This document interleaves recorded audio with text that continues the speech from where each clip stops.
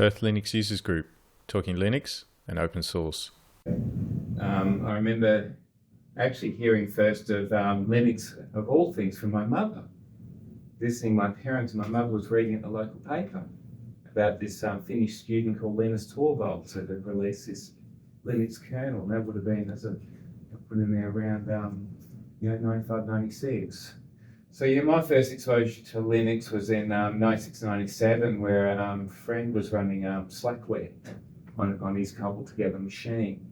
Unfortunately, the friend and his brother are now Windows guys, but it was interesting watching someone running a Unix-like system on a PC, because back in the mid-90s, you'd only see mini computers. Like I remember at TAFE we had was a Unisys machine that we used to love playing on, but running it on a PC was pretty unheard of, except for SCO.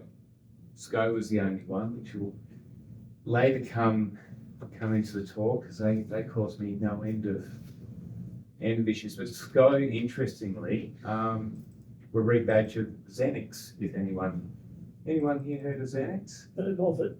Yeah, it's Microsoft's Unix. Right, Yeah. So they were Unix before they bought DOS and the PC explosion, and they were actually promoting really heavily, but they sold it off to Santa Cruz Operations, which became SCO. So also later on, watching the iPhone take off with BlackBerry users then, and the Android coming in around the same time. So not anyone knows that iPhone's actually based on a fork of FreeBSD. Early on, that unfortunately closed source being the BSD license, and of course Android. And even though I was an iPhone user, I'm running Graphene OS on my phone. So get into the 2010s, and Linux, and to a less extent BSD's pretty much taken over the backbone of the internet. BSD is generally in your CDNs. So anyone doing Netflix is pulling their videos usually off a big FreeBSD cluster at the back end, Linux on AWS. But remember it wasn't until AWS pulled off that you could actually run Linux on anything and not hide it. But my initial exposure in open source came around 2000. I started working for a private school. We probably had the worst IT in the area. The labs were dialing up by modem to the head office, which is dialing up from modem to the ISP. So imagine, it was super fast. And ADSL was actually already coming in at that point. I came up with an interesting idea of, instead of let's not pay Microsoft licensing, let's use that time I actually built it based on FreeBSD. Linux wasn't quite ready yet at that point, around 2000. We're able to actually go from one of the worst schools in the district, this is in Bunbury, to one of the best, because the licensing costs saved us hundreds of thousands of dollars and hundreds of machines that you're dealing with.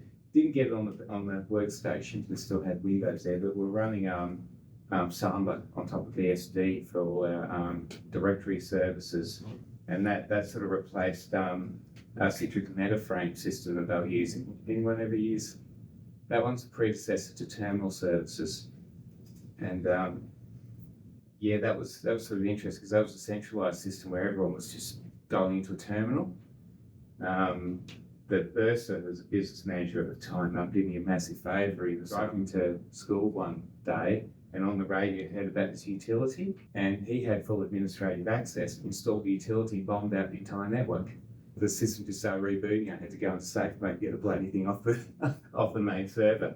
After that, I said, we'll just go to file servers after that. So one thing I learned in that, because that was 5 years I was doing that, you always got to be careful with the other costs in open source. Now it's free, but every tech knows Windows, so you can get a lot of support on Windows. Whereas, especially in 2000, no one knew the open source OSs. So if I got into a problem, I had to work that myself. Fairly early days of the internet, it was Google didn't really exist in 2000. It was only just starting to come in. We're still using Yahoo and Alta Vista, and finding solutions to problems was a bit of a challenge, but on the positive, I learned a lot. Because you didn't have any software costs, the sky was a limit on what you could do. Putting extra software on, putting extra monitoring on there. You didn't have to go and beg your manager for the money, for the licensing for it. Get to around 2007, anyone around in 2007 when SCO dropped a bombshell on the Linux community by openly suing everyone and even talking about suing the people that were using it. The SCO from 2007 is not the same company as SCO from the 90s. A company called Caldera, which was actually a Linux vendor, bought off Novell what they thought were the rights for Unix. And they turned around and said, well, Linux is Unix-like and we're going to sue everyone. It turned out later that they hadn't actually bought the rights for Unix, never left Novell. That lawsuit didn't actually close until 2021. I actually thought it had gone away, but I remember in businesses we were getting told that I couldn't run Linux because everyone was scared of the lawyers. Came to the point of, can you just lie about it? Unfortunately, that can get you in trouble later on. So, and that was coming on the tails of Steve Ballmer calling open source a cancer. I think he also called it communist too at some point. So he became the favourite person in the community, didn't he?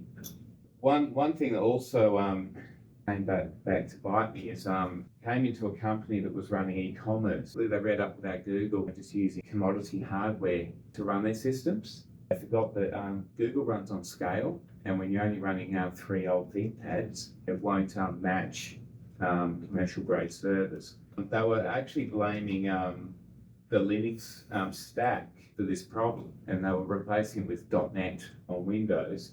That's sort of my reproduction of what we saw when the software engineer and I went and had a look at the code.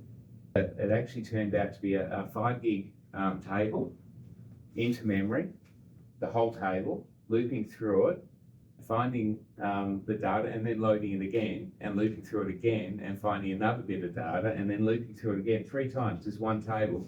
The actual individual nodes have 1 gig of RAM and the table was 5 gig. So you can imagine it went downhill pretty quickly. But they were blaming the PHP stack on it. Now, I will say that being a software engineer most of my career, PHP won't match .NET on scaling up because of multi-threading, same as it won't take on Java. It's very good in the small and distributed systems, but not in big monoliths. So if you're going to choose a stack, understand the pros and cons of the stack before you choose. But that actually got blamed on Linux. I got the last laugh when it turned out they hadn't paid any of the software licensing for any of the Microsoft tech. And Microsoft came calling, and there was a $20,000 bill. We ended up keeping some of the Linux stuff. Most of my career, I've actually flipped on both sides of the fence, so both infrastructure and development. One thing I've noticed is development has embraced open source a lot better. Pretty much everything's open source in development, if any, those are software engineers. It's sort of I've always found it interesting because anytime someone tries to close source and actually charge for it, the community just goes switches. One thing I remember is Objective-C during the 1980s. They tried to charge for licenses for the compiler, and everyone just switched to C++.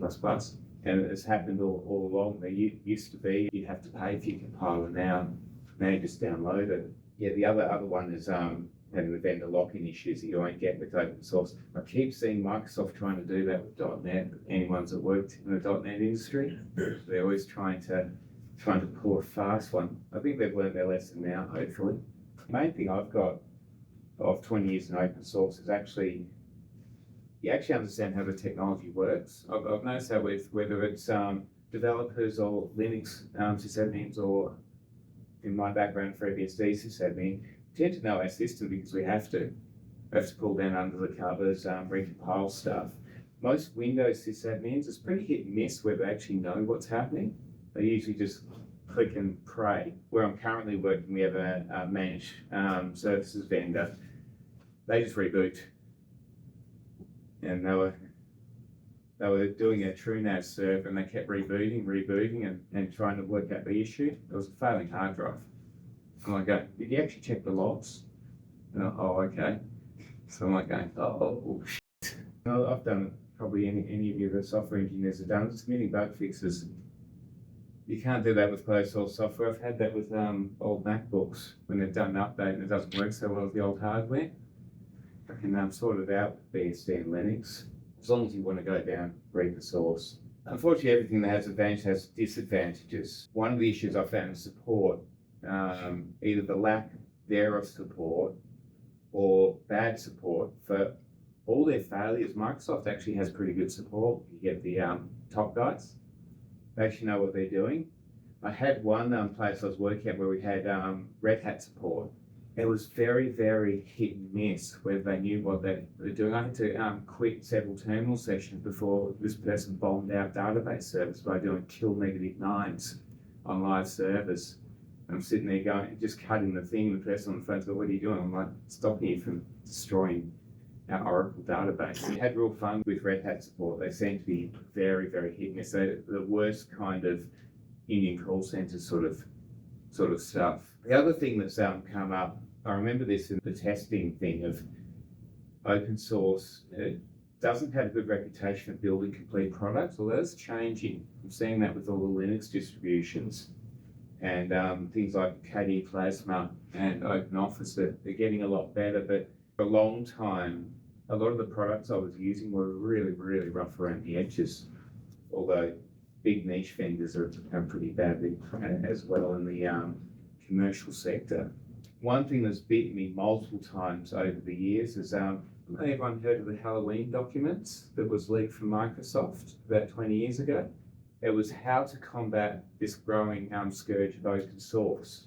And one of the things that came out of there is that they decided they were going to embrace, extend, extinguish things. So what they do is they embrace an open standard, then they extend it in some proprietary way, and then they pull the rug out from under you.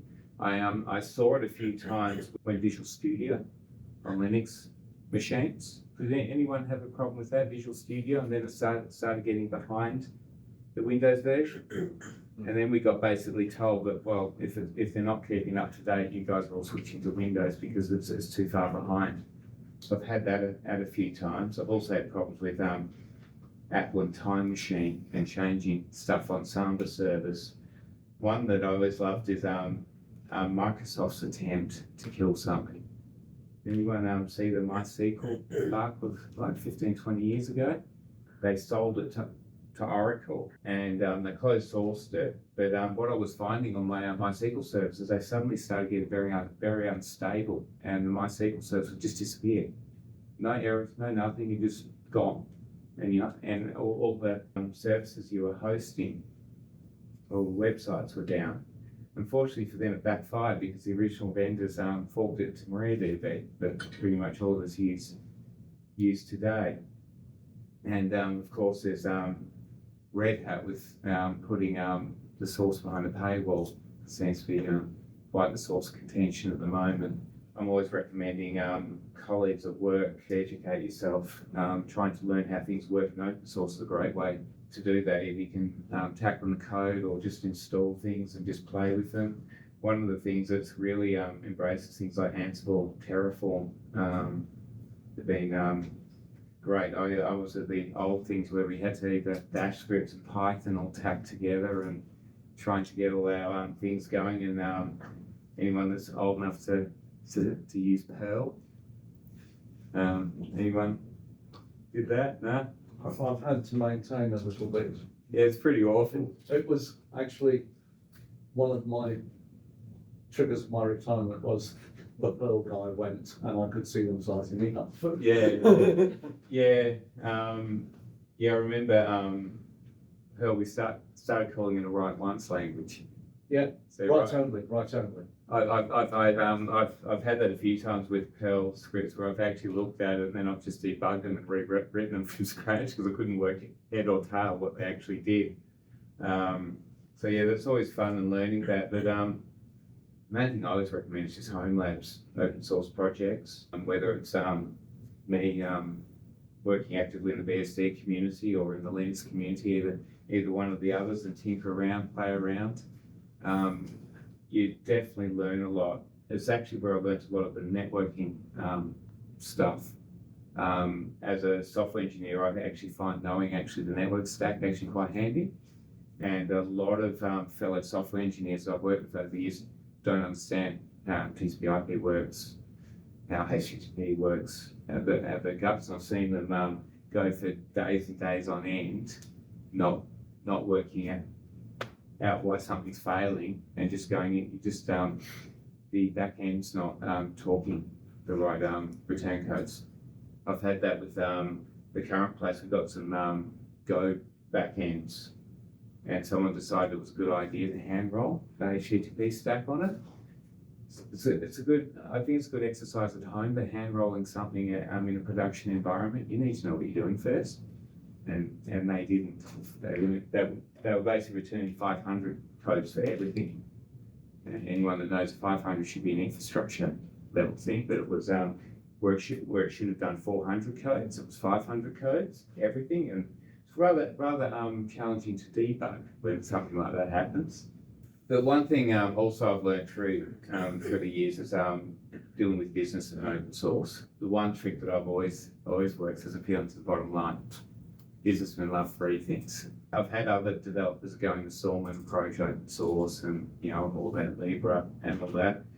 It's great, it just doesn't work with most businessmen. They don't care about open source, but probably that, as I said, it's easier in development ecosystems. I think mainly because business has no bloody clue what developers do. I get it all the time. I get away with hiding it. And AWS and Azure have actually made it pretty cool, being the fact that they're Linux first. 20 years ago, almost had to put in a business proposal to put Linux in. And especially if you've got some Windows people in the office, that can be difficult. And sometimes they will attack you on that. And I've actually had people attack me for choosing open source. So this communist doesn't work so well. But yeah, the one thing is Windows still keeping the enterprise, but Mac and now Linux is pretty much, from my experience, dominant in the web app development space. In a lot of development houses everywhere I go, it's either a Mac or Linux, although mostly Mac. But yeah, you are seeing more and more Linux distributes. I actually see it in government development shops. Is the interesting one is Linux coming in.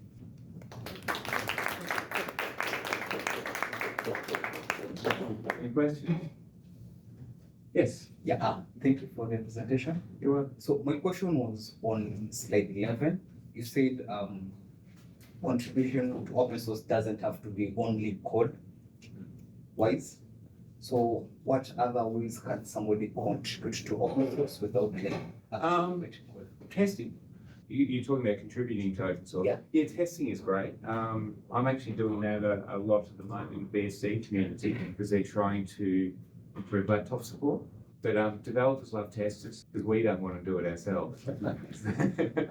And documentation and marketing is Yes. also really big because you're writing the code and you don't have time necessarily to document it. And the people who are reading the documentation aren't the people writing the code. Yeah. So documentation is fantastic. Or marketing, if you found a nifty project, you make a video or a blog post about it, then that's also fantastic. Yeah, blogging, YouTube Yeah. videos. Yeah. There's heaps of other things. I actually blog just for my own things. So I've got somewhere that I can just bring up, bring up things. So I don't really advertise it. In the BSC community, have these discussions of testing and all that. And that's the main thing, especially on your local hardware. The biggest issue with operating systems for developers is other hardware they don't have. So especially one of the biggest issues, I don't know if it's hitting Linux, but Realtek network cards are a freaking nightmare because they're not all built the same. They don't all react the same. It's just a chipset, and they're all incorporating it. So most of us just run. That's why ThinkPads are so popular because they're primarily got Intel, the AX series. And the AX series. Yeah, I've got an AX 201. This one's a P1 Gen 3 ThinkPad. So if you get the top end ThinkPads, Linux BSD, all the flavors of BSD, all the flavors of Linux work generally pretty well. The only thing I don't have is a touch reader on this. So I've got full web. I actually use this in my daily drive at work. So I've even got Teams on it and all that software stack. So it's actually getting pretty good these days. As long as you're not holding up meetings or your laptop's not the reason for a production slippage, you generally get away with running what you want. But I had the advantage of BYO on my laptop. I was running a M1 Mac for a while, but I'm really, really not happy where Apple's going. They're going the same way as Microsoft with all the telemetry.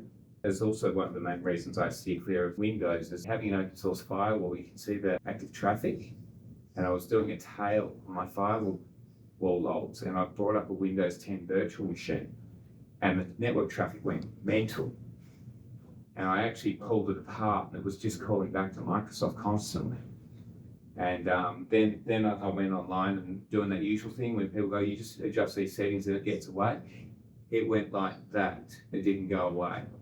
And at the time, I had a really bad ADSL connection, and I think I was losing a quarter of my traffic just through one bloody Windows 10 machine, just chewing it all up. So right after that, my wife's Windows 7 machine got one of the worst malware I've ever seen. It was screenshotting and keylogging.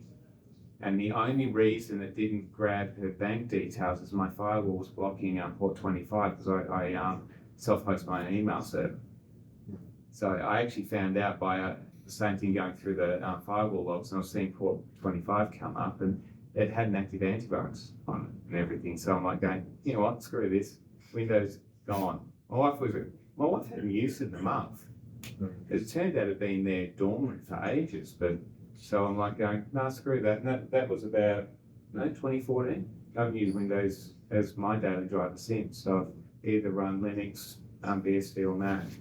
I mainly decided BSD, but not for a hatred of Linux. I actually like the cut down version of BSD, although I actually recently found out it's very similar to Arch Linux, the experience. So if I ever get pissed off with BSD, I'll probably go Arch like everyone else. So, but anyone here run Linux as a daily driver? That's pretty much everyone. What? Eh? We are really screwed. But not in the workplace. Not in the workplace. Yeah, it can be a bit difficult. My main reason was as a corporate laptops. I write applications to do basically digital twins.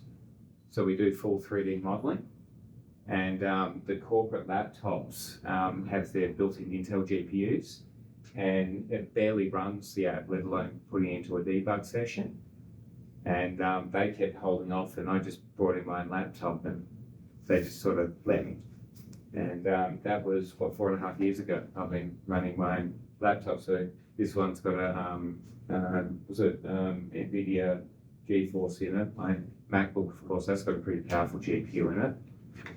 So yeah, they just kind of let me go. But usually all our corporate laptops are running Windows, unfortunately. But we do still run Linux and BSD all the way through the business on the server side. So all our web stacks running currently on BSD, and we're running Linux and BSD and a whole lot of workloads where we can. But it's pretty hard when a lot of the applications are running Windows based. A lot of the 3D modeling stuff, it's all Windows. So can't quite get away from it. So.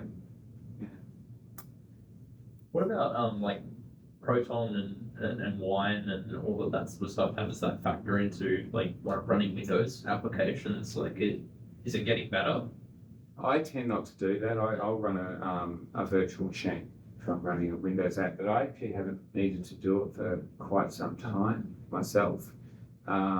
We can't do it in the workplace generally because I don't actually have control of those. We've got these extremely powerful rendering machines, and they've talked about Linux, but I don't think they're going to allow me to run a virtual machine to run those. But yeah, I've used Wine and Proton for many years. I found them pretty clunky in the day. That I also found that just run a virtual machine and pass through the GPU.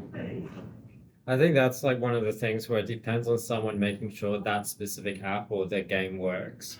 Like a lot of games get work because there's lots of people interested in those things. But I recently tried to run the Insta360 Studio on my Framework laptop that's running Fedora, and that just did not work at all. Okay. Yeah. So Was that just virtualized? Yeah, that was trying to use bottles, which is like their built-in.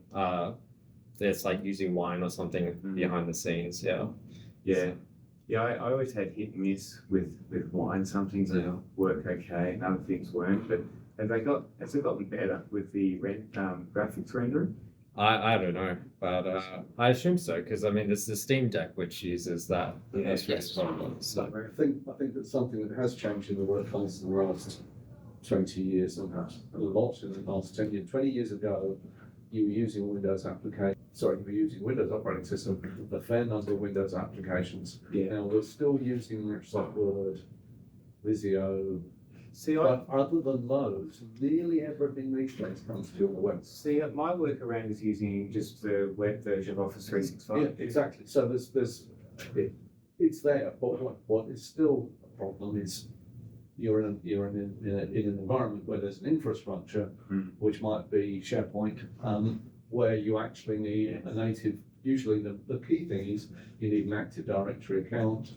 Actually, I haven't needed because we run SharePoint at work and all that. And I found, it was a problem there for a while. I even had it back in the day when you had to have IE to run it. When Chrome came in, it wouldn't even run SharePoint at all. But now I found I'm just running it through Firefox in KDE Placement. Still working. It works. Everything works. I was for a while doing Teams calls just in. I found Chromium browser works quite well for Teams. Yeah. But even BSD's got the native Teams app now. Yeah. I found it about a week ago, and I've been doing Teams calls all week, but it hasn't faltered once. So when you say native Teams app, you mean it's a progressive web app, right? So it's the wrapper. Well, it really is. Yeah, it's but it's actually an app that comes up. It actually works a little bit better than Chromium, but. To be honest, the worst experience that any of my colleagues have on Teams is actually Windows itself. It actually runs better on the Mac. Teams is the worst program. Oh, it's a heap of junk. But we tried to get to Slack, and I actually got it through to the CEO and got it approved. But the CTO, who I actually reported to, vetoed it at the 11th hour, right when the HR lady was actually trying to pay for it. Because Slack's way better than Teams, it still is. But yeah, we're stuck on Teams. But yeah, I don't have anything that doesn't work that I need. I haven't needed to. I had a Windows corporate laptop for a while, but I actually only use it just to test our web app.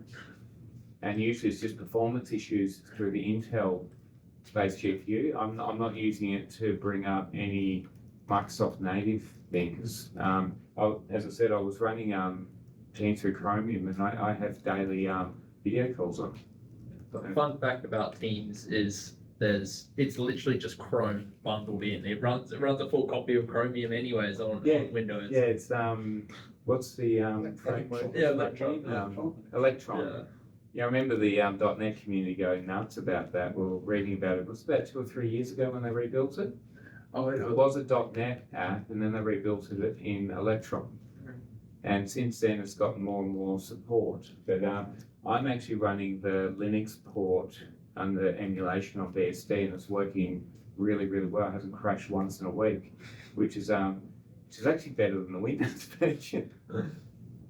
So yeah, we're talking about using SharePoint through the browser. Right? Yeah. But is there any way of getting it like, have servers like a mass drive? And is there any way to do that? Yeah. How is it? Yeah. Yeah, I mean, I'm just doing it through, I map to SMB shares all the time. You can usually use, your Windows Manager. KDE has, will connect to some shares. We have the advantage that they'll work our share drives on our TrueNAS server. So I can't tell you whether it's going to run on a whatever Windows Server version they're up to at the moment. But I've never had a problem before talking to it.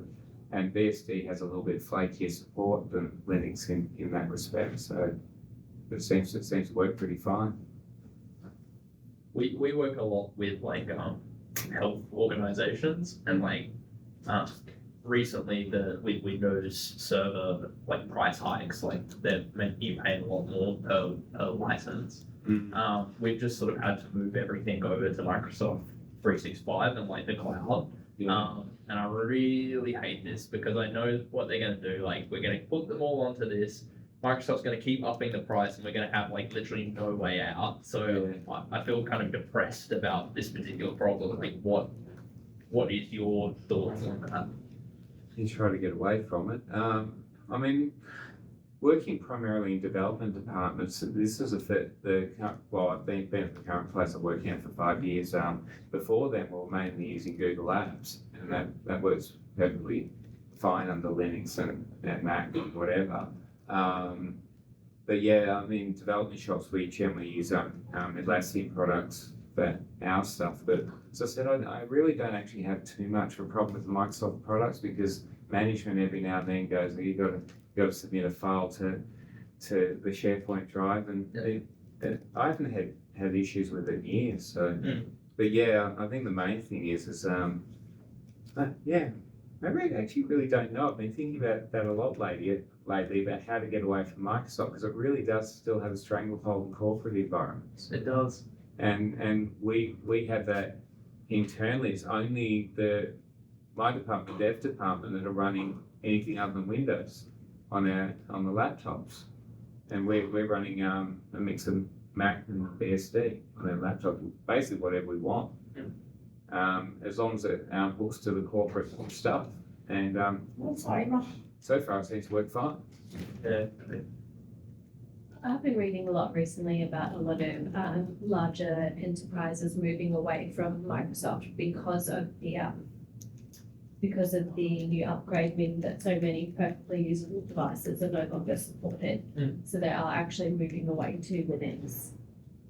It's been like the biggest movement away from Microsoft. Well, the European Union countries moving away from after the way the US have been behaving in recent years. I think a large French government department just moved to Linux. Yeah, but they're talking about they were going to fork one of the projects.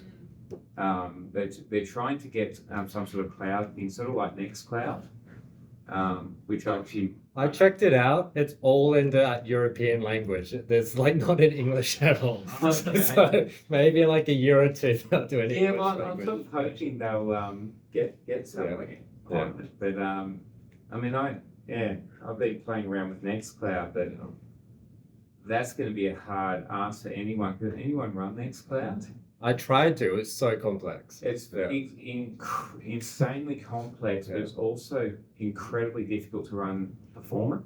It took me probably about 2 or 3 months to get it to run well, but now I've got it syncing with my laptop, my phone. I've got music streaming off it, and all sorts of things. But yeah, it does give you a list of what's not configured right. Yeah. But I still haven't gotten to that point of really, really fast performance. I think it's going to be like when I don't know if anyone's set up Magento, the e-commerce car. I had a client that I was maintaining that, and that was insanely slow until you got Elasticsearch in front of it. However, Elasticsearch requires pretty much a VM on itself to run, like 4 gigs of RAM.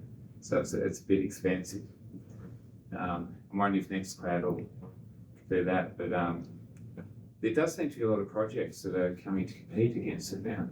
So hopefully it helps. But I think the problem is with a lot of those, it gets back to what I was saying in my talk about, I actually used to be a PHP developer for about 10 years. And that's where I'm coming from about understanding the stack. PHP is insanely fast and small. When you start building massive object models with a lot of abstraction, it slows down. Remember, it's interpreted language.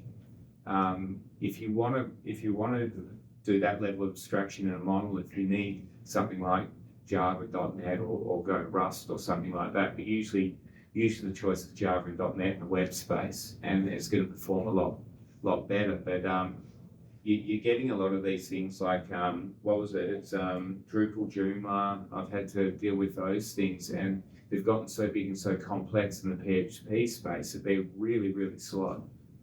And then you have to throw a lot of caching in front of it. So it doesn't give a very good experience for people getting an alternative to the commercial things.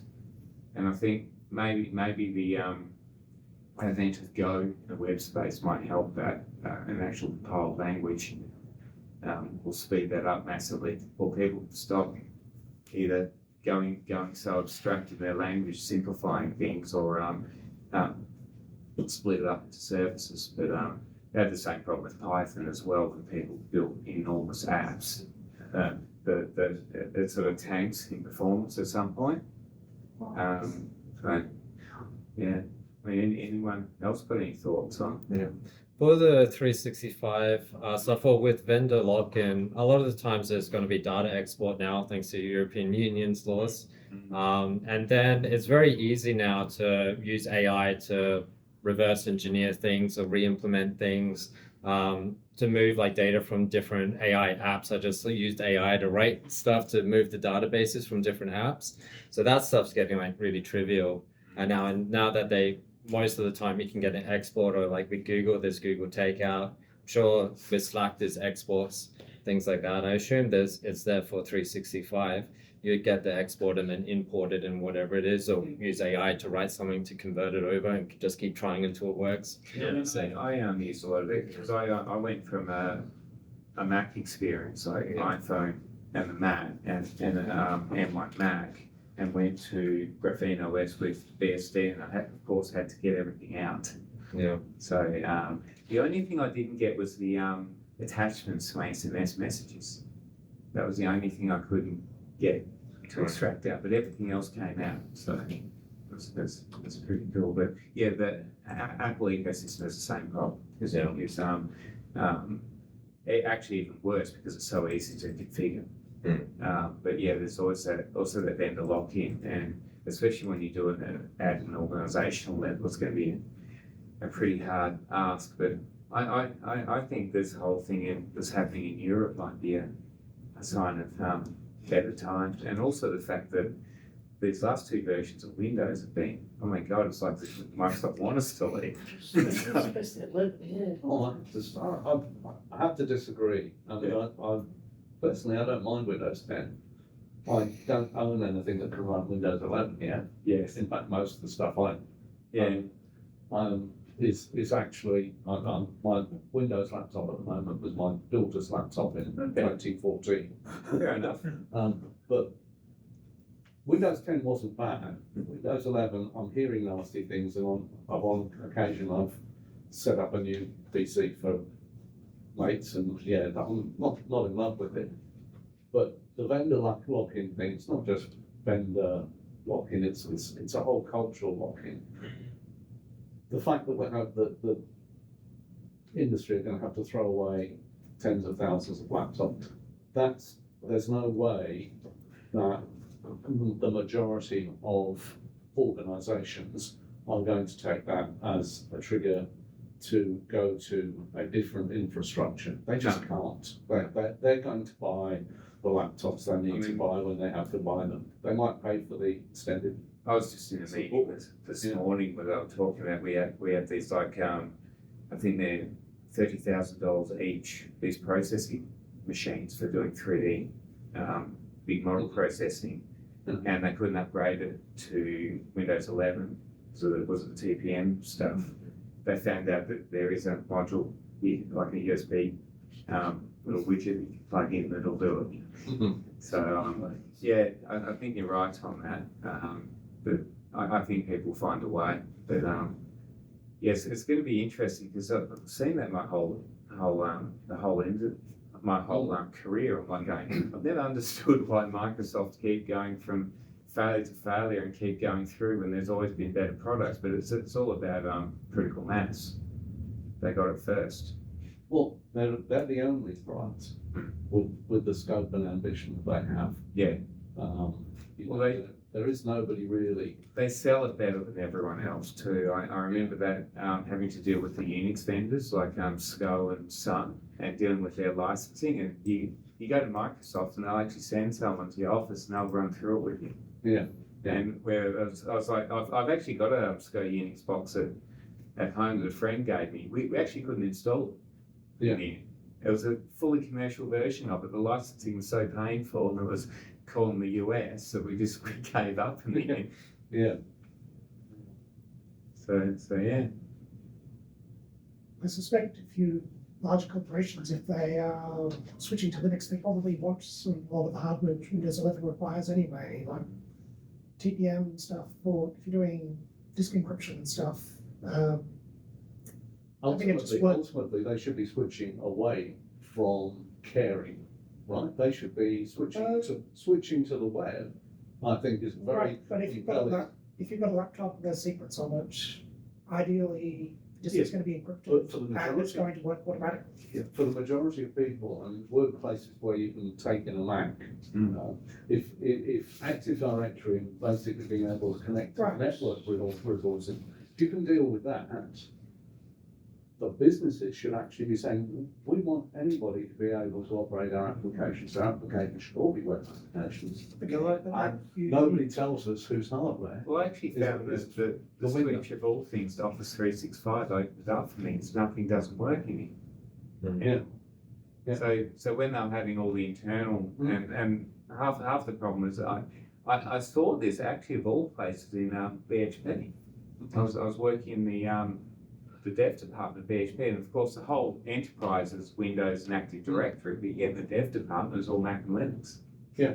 And they actually got because I remember having to deal with the infrastructure department, and you had to go through hoops to get anything set up. But what the dev department did is just put everything onto the cloud, including we had all our sources in like Bitbucket Cloud and Atlassian, and we literally all had a laptop that for the odd thing that I think it was his HR that we got into, but everyone just had their own laptop and a corporate laptop next door. But I don't think the average worker can get away with that. Or I think the problem is apathy, but most people just don't care. They just want a computer that works. Yeah. I think in my experience, I find that Linux users are quite unique in that respect, where because you really want to run whichever operating system you want to run, and no one else in the team or the company have heard of it. So that okay, just pick whichever computer you need to have then, and you can run it, and you'll be our one kind of standalone person that everything else doesn't apply to. But also we trust you because you know more about this like encryption firewall stuff than we do. So Yeah. Yeah. I feel like it's no, go for it. Yeah, how do you find driver support for NVIDIA USB? NVIDIA was pretty good. NVIDIA released FreeBSD drivers. I had the odd problem with power menu, actually the suspend mode every now and then. But most of the time is I pull So down everyone else. yeah, I actually just recompile them usually in that or FreeBSD has a thing called board tree, and it's a single Git repository that has all the third-party packages. So what you can do is you just go back and commit and recompile the older version of it, and that's usually what fixes NVIDIA. Because I had just before Christmas when they released a version that was causing me crashes on suspend. I just reverted it. But we also have ZFS is built into BSD, and you can snapshot. So whenever I do an update, I snapshot the core of the OS, and if it goes pear shaped, I just activate the snapshot reboot bang, so it's right where it was. It just completes a complete snapshot of the state of the core of the OS. It rolls back the packages, everything. It's just my data that doesn't get touched. So yeah. Linux a way to do that too. It's just Linux doesn't like the ZFS licensing, so it won't allow them to core. But Linux will Ubuntu will well run ZFS. But yeah, NVIDIA is always a constant. aggravation, isn't it? Unfortunately, it's generally the only option with most ThinkPads. I'm yet to find a ThinkPad that I like that's AMD and Radeon. Somebody Z13 or something. AMD ThinkPads. There's a ThinkPad Z13. I think that's referred to, I suppose. Sorry? There's a ThinkPad Z13. I think it's called, which is a AMD Radeon. I found the odd ones, but it just wasn't what I. Just the specs wasn't what I wanted. I also don't like the numeric keypad on a laptop. Yeah, this was sort of similar to the X1s and stuff. Oh, okay. I also don't have the eyesight to run a 13-inch laptop in. I'm always. That's why I've got that one's a 15.6, but that's about as small as I can actually see on it. Tried to get updated glasses, but my optometrist said I'm not 30 anymore and buy a bigger laptop. So you say you're running a framework? Yeah, Framework 13. Yeah, got it 3 months ago, I guess, or 4 months ago. But I tried to use Framework when they first came out and then just really struggled with it. And then, tried it again this year and it's worked fairly well. I did have crashes, but then the latest BIOS update fixed all the crashes. So They're really big in the BSD community at the moment as well. yeah, I'm running a Fedora on it, and it's the AMD 7040. Okay. Yeah, it's working great. Yeah, I'm good. Yeah. I've been watching them. Unfortunately, the RAM prices, the one I was looking at, just went up $1,000. Yeah. So yeah, and the Neo came out, which is really cheap. Yeah. Yeah. But the framework certainly looks interesting. Yeah. How do you find BuildBot? The track coming from a Mac, the trackpad is awful. Yeah. But but then looking online is like people love the trackpad if they've never used a Mac one.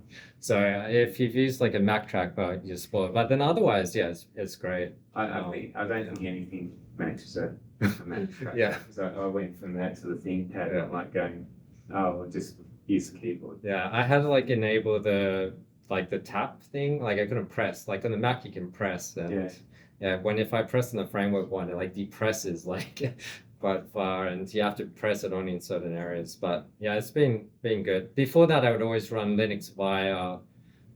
I had an Intel Mac, and then I was booting into Boot Camp the Windows, and then running Linux via Windows subsystem for Linux, and that actually worked beautifully. Yeah. Because then I had Mac, I had Windows, and I had Linux, and I could test on everything with just one MacBook.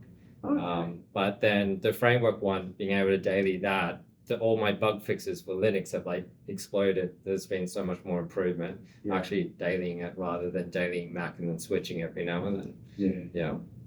Yeah, it does seem to be a bit of I'm seeing a migration away from Mac at the moment. Yeah. But the Neo is really cheap, the MacBook Neo. So they're probably going to get a lot more people. Yeah, maybe. Well, Apparently they stockpile a lot of RAM. Yeah. To try and get the price down. The underlying so that board and storage for our computer, because it's 99 gig, has doubled in the last 3 months. Yeah. That's how crazy that the RAM prices, RAM and SSD have gone. Yeah, we've got the same problem with even mechanical drives are exploding up in price. We've had to just quickly buy as many hard drives as Our board suppliers have said, like, if you give us a price, we give you a price, it's only valid until the end of the week. And then our pricing analysts will need to update it because that's how volatile the market is at the moment. Yeah. It's nuts. Yeah, there's one story I heard yesterday was they're actually if you buy RAM they'll actually give you the CPU for free. But yeah, I think it's gonna hit Intel's trying to rise back up to where they were, because apparently their new CPUs are actually not too bad. And but they're not selling because no one can get a RAM for them. So yeah, just hopefully OpenAI goes bust and everything. Can only hope. And Well, that's what a lot of pundits are saying. It might crash this year. I think it will. Like in around 2000, for those of us working saw the dot-com bubble. Yeah, I actually graduated coming out of studying and the bubble burst, and then you end up working as a technician instead of a software engineer. So yeah, this was fun, but yeah, it'll be interesting to see whether it does burst and comes back to sanity. But I think it'll rise back up if it does. Well, even if like OpenAI AI goes away, the demand for those products doesn't. Like Anthropic will take its place. But I see like a lot of YouTubers on the self-hosted AI and things like that. They'll be running Mac Minis with 256 gigabyte of RAM or Mac Studios. Yeah. You're like, man, this is where all the price is coming from. This like you have the companies like Anthropic, OpenAI, all the rest, so the cloud AI providers buying so much RAM for big models, but then even the independent ones, because to run like a good AI model locally, you need like at least 48 gigabytes of RAM. Yeah. So it's driving up like It seems- consumer demand a lot as Llama well. works alright on my MacBook. That's an M1 with 64 gig of RAM. Yeah. That works alright. As long as you don't try to do too much else. Run a debug session while you're running the LLM, you're in for a lot of the pain. But yeah, it seems to me like the GPU on my ThinkPad doesn't have enough memory. It's only I've got 4 gig, so it sort of bottoms out on the hours. Even if I can get them to run, they're a bit slow. But yeah, the MacBook actually runs quite okay. But I tend to still use the cloud one. Yeah. But yeah, I for what I'm doing, because we do a lot of bleeding edge stuff, the LLMs don't work much for us. Yeah.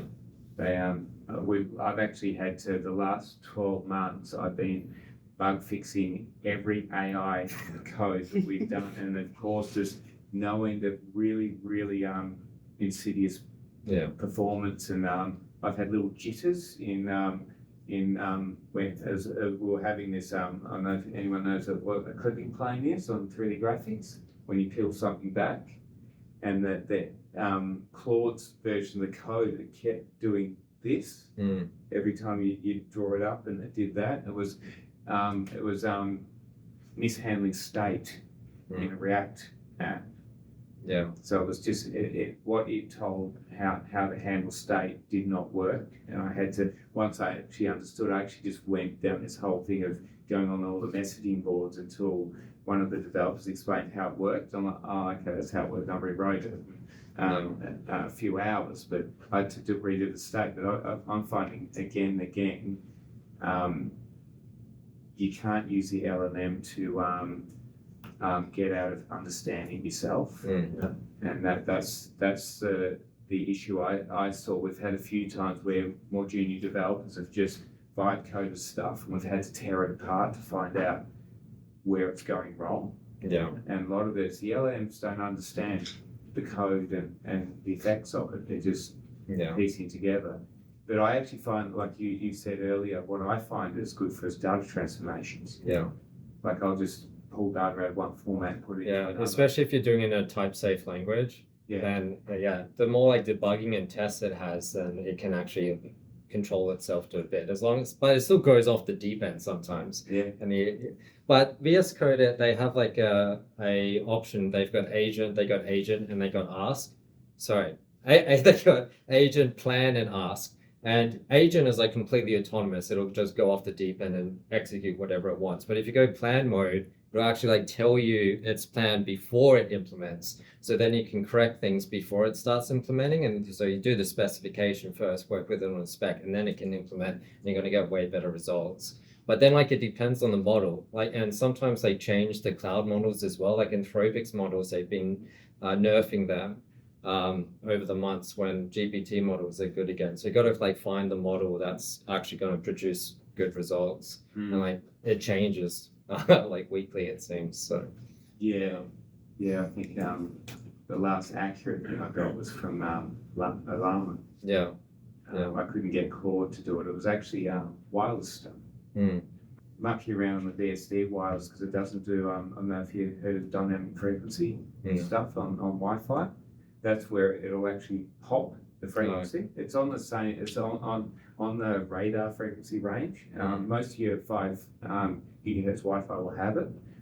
It's the lower hundreds and the upper, I think, under 100. It'll have DFS on there, and trying to get it to give me the Australian standards for it. It keeps hallucinating. I remember sending it to the actual kernel developer that's dealing with it, and all his response was, "I think we're not going to get replaced by AI just yet." Yeah. But yeah. My opinion on it is that we will get replaced by AI, and the reason being is because last week. Remember how Claude Code got replicated? Basically, a whole copy of it got created.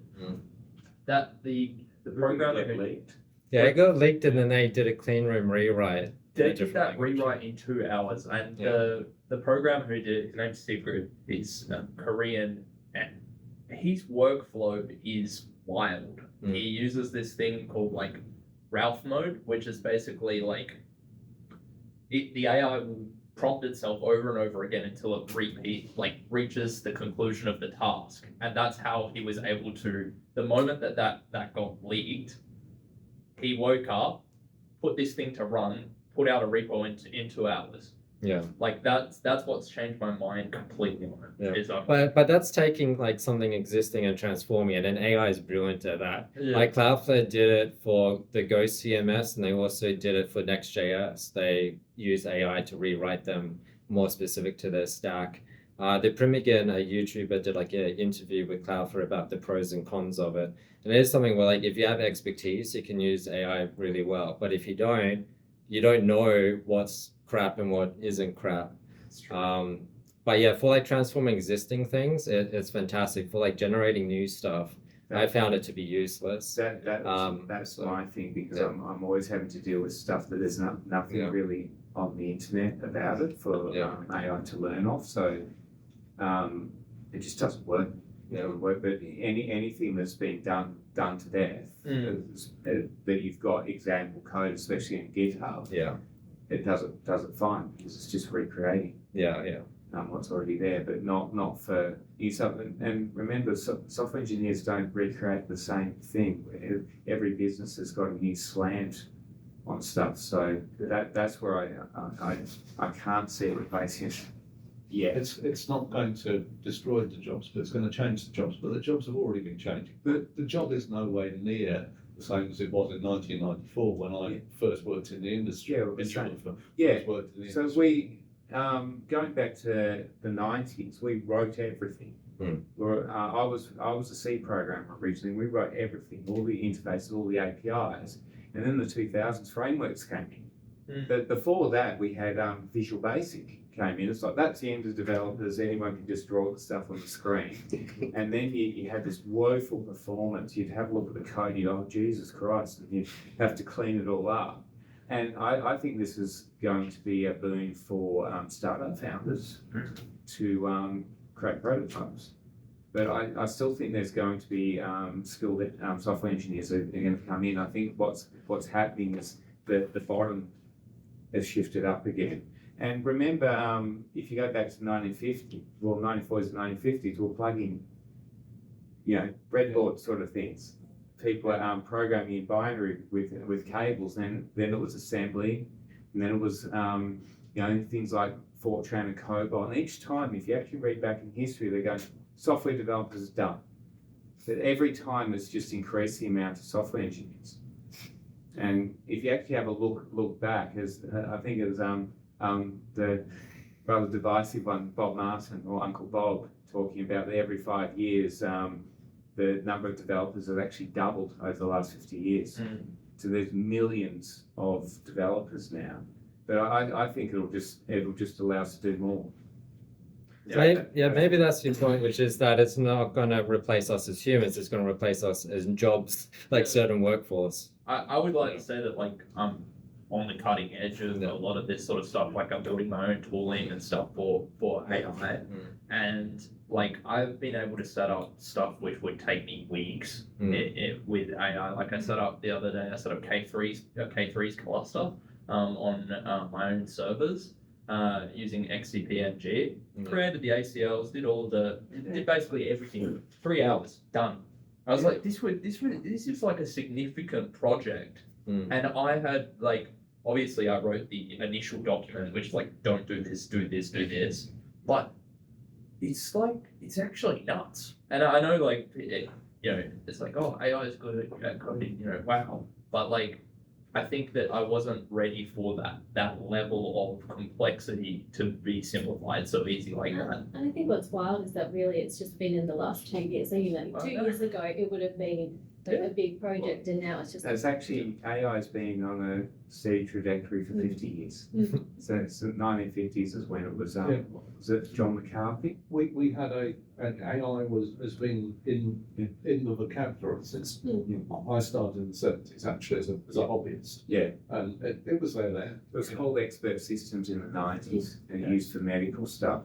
And it's the same thing. It was a statistical model where you give weights. It's a transformer that Google invented that changed it. But it's been, if you actually look through history, it's been a steady progression. The two things that hit this time was the transformer model from Google with all the post-training and all that, and the fact that Silicon Valley's been stealing all our data for 10 years.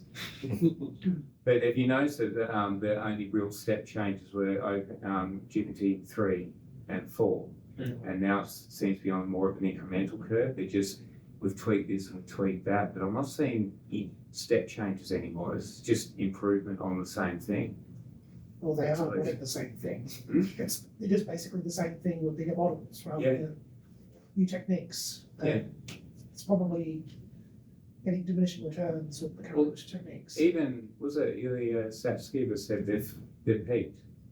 Even he said late last year that they can't get any better than they are, that they get better in one area than another. They'll post-train in something. So someone has to train. The reason why it works in development so well is who's creating that AI?